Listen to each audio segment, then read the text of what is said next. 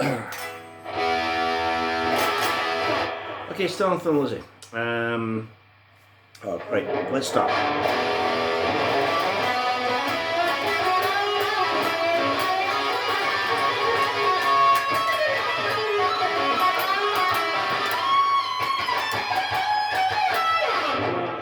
That's got Gorham's solo in Waiting for an Alibi, right? So I thought, get that out of the way first, and then we'll go into the song. It's one of my favourite Lizzy songs. It's definitely been a Lizzy best of if I compiled it. But and it's off Black Rose. It's again, it's the Gary Moore Scott Gorham axis. So this time you've got two guitars, Gary Moore, Scott Gorham, Brian and the drums, obviously fill in it. Right? And because there are multiple mixes of this song, it's quite controversial. You'll quite often hear someone say, well, I think there's a part that does this, and you know, for the most part they're right. There are a lot of guitar parts, but the parts that you hear and the parts that I think give it the sound, in my opinion, are this. So we get Phil playing the intro, you know, and he's got the phaser on, and you know, Phil's playing.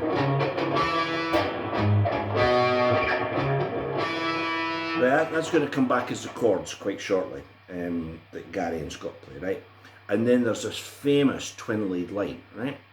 Now, the thing about a lot of harmony guitar, as I've said lots and lots of times, is, you know, it, for the most part, it's in tight, perfect thirds.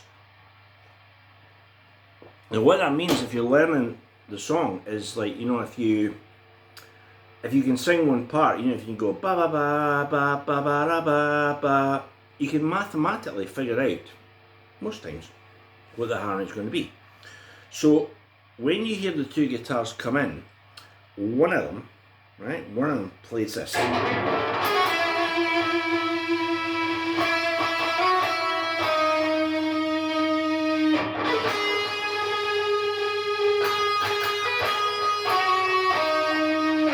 That's your opening line. So the first line is A, A flat, F sharp, E. Slide up to the F sharp, and then come off the B.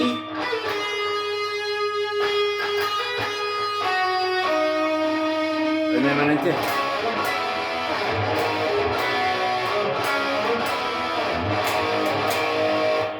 And run into the verse, you know that bit, right?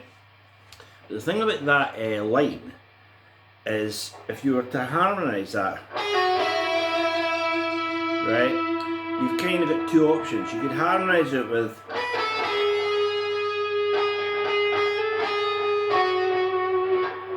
and that would be wrong, because when they do come off that line, they play.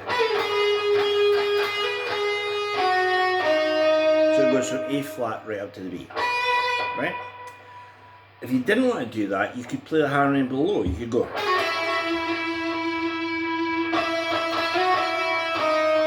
And that would make the harmony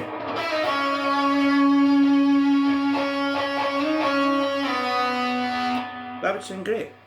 And some people will tell you there are mixes and versions of Alibi that have got that line. But what you actually hear on Black Rose is that part, but an octave higher. So if you take it that a harmony is going to be 2 notes higher, and there are 7 notes in a scale and then it repeats itself, instead of it being 2 notes higher, the harmony could be 1, 2, 3, 4, 5 notes higher. And that would give you, I know this is a bit long-winded, but you know, if you want to get it right, this is what they play on the record. So you get,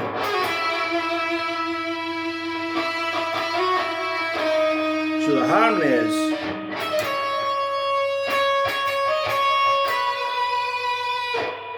there's your harmony, right? That's what you hear on the record. And then when the second part goes,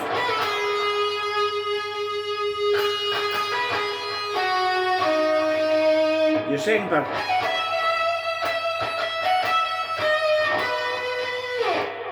that's your 2 harmonies, and we're into it.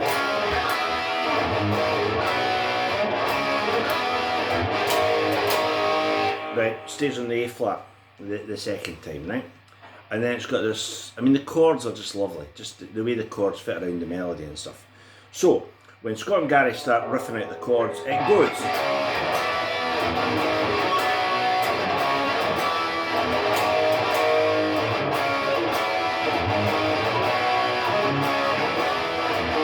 Here's the bridge section.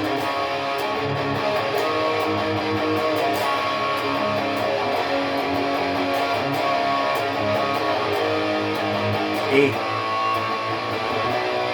And then it modulates to major key. Waiting for an alibi. A flat.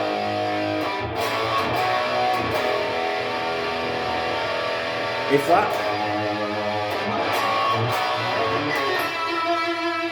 And we're back into that bit. On the second verse, Gary plays a fill, which is typical Gary fill, and it goes. Right? So, if you wanted to jam that fill in while they're playing the chords, which is pretty difficult, you'd have to go.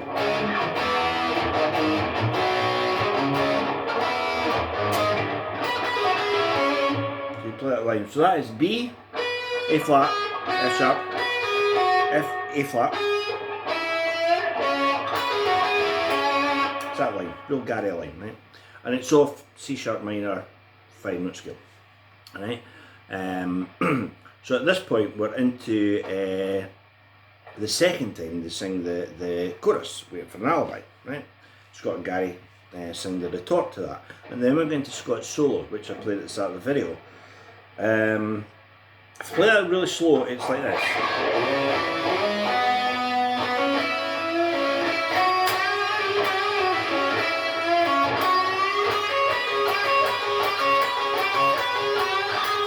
Here it comes.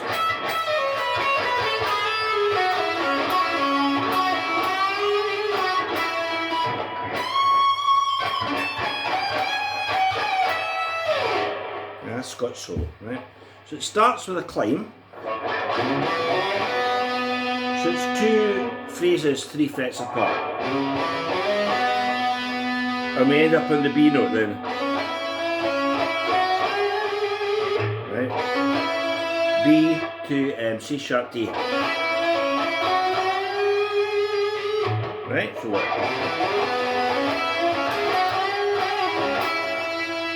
And then a real Scott line. Right? So what you play there is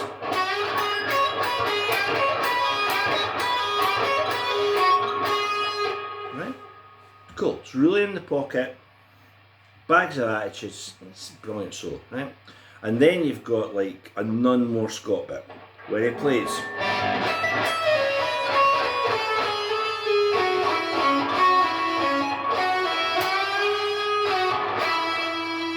Right, you've heard Scott a million times go.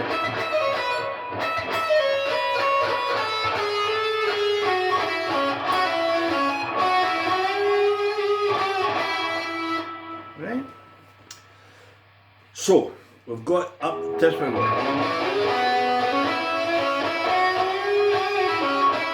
Then the Scotty riff. Then the real Scott riff.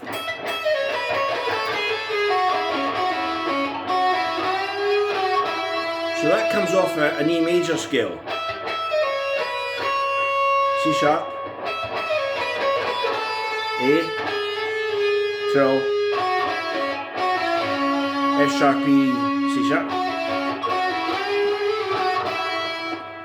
Every time there is like that space, you know, give it a Scott style vibrato, Scott style shake. Like that, right? And then he goes right at the neck. And you've got a tiny amount of time to put vibrato in. Right? So this time we're bending the B up to C sharp, giving it a vibrato. Right? Now at this point Gary's playing the chords and doing that dance that he does. So Gary's playing this. Seen him do that, yeah? And Gary is about to come in at this point. So Scott's played. And Gary plays. Right? Whoa! Now, isn't that a beauty, right? So we're going to play that bit. It's again, it's a C sharp minor 5-note scale.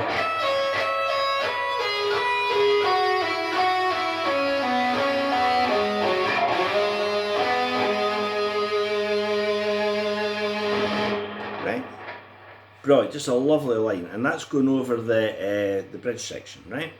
Now he plays it again, and this time there's a harmony. So the first time, second time, and the harmony obviously is. So Scott comes in on that note, right? There then begins a downward, I don't know what's the descent, you know, which goes.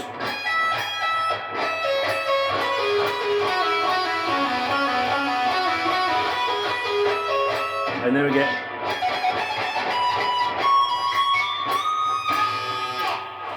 And that's the end of the solo, right? So the harmonies there are.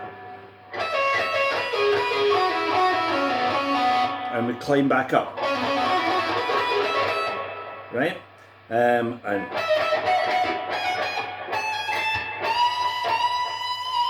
that's obviously on a major scale coming off E and E flat, F sharp and E, A flat and F sharp, A and A flat. Harmony to that obviously is.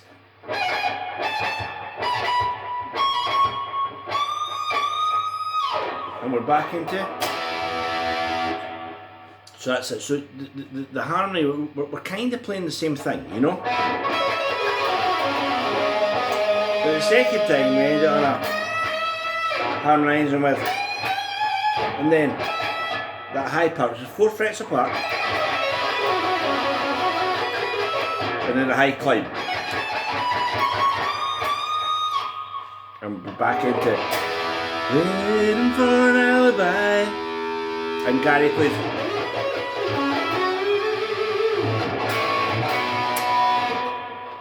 Second time, Phil Sissons went for an alibi, and the pair of them harmonising the vocals. Now, all we've got left now is, he says, the harmony part at the end. Again, it's controversial because there could be multiple parts, right?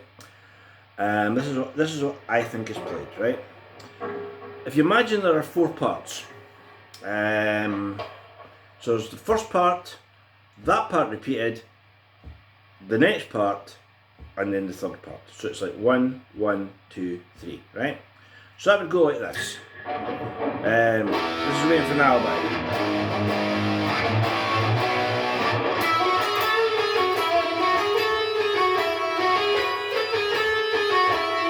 Same again.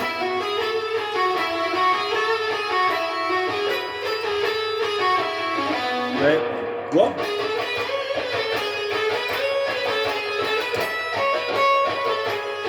And jump up again.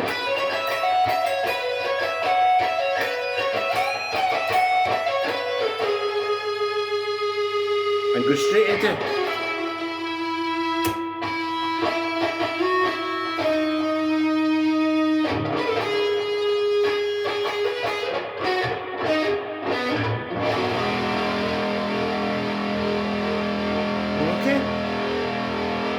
Right, so the harmony to that, there's your first part. Play it really slowly.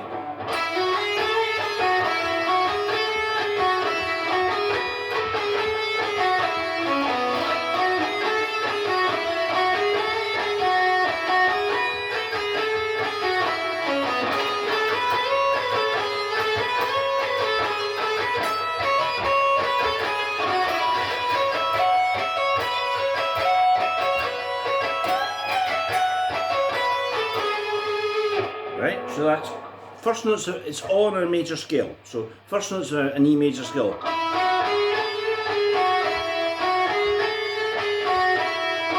B. Right, then the same idea, same phrase, but coming off an A flat.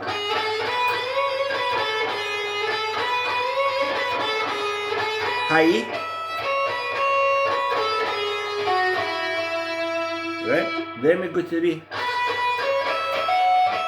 B, C sharp, E, F sharp.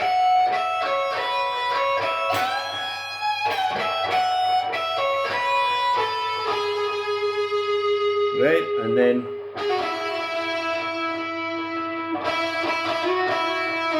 right, so what's the harmony to that? So we've got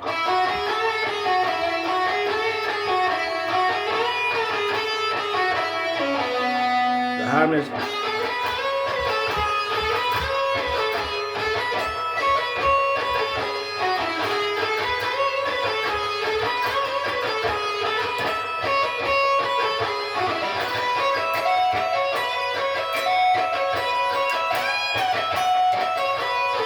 Take turn.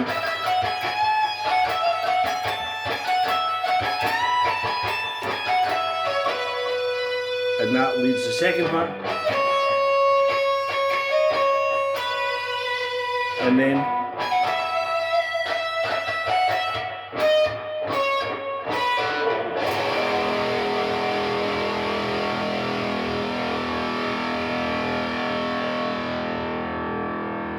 that, I think, is all the parts within Lizzy, waiting for an alibi. Absolute classic.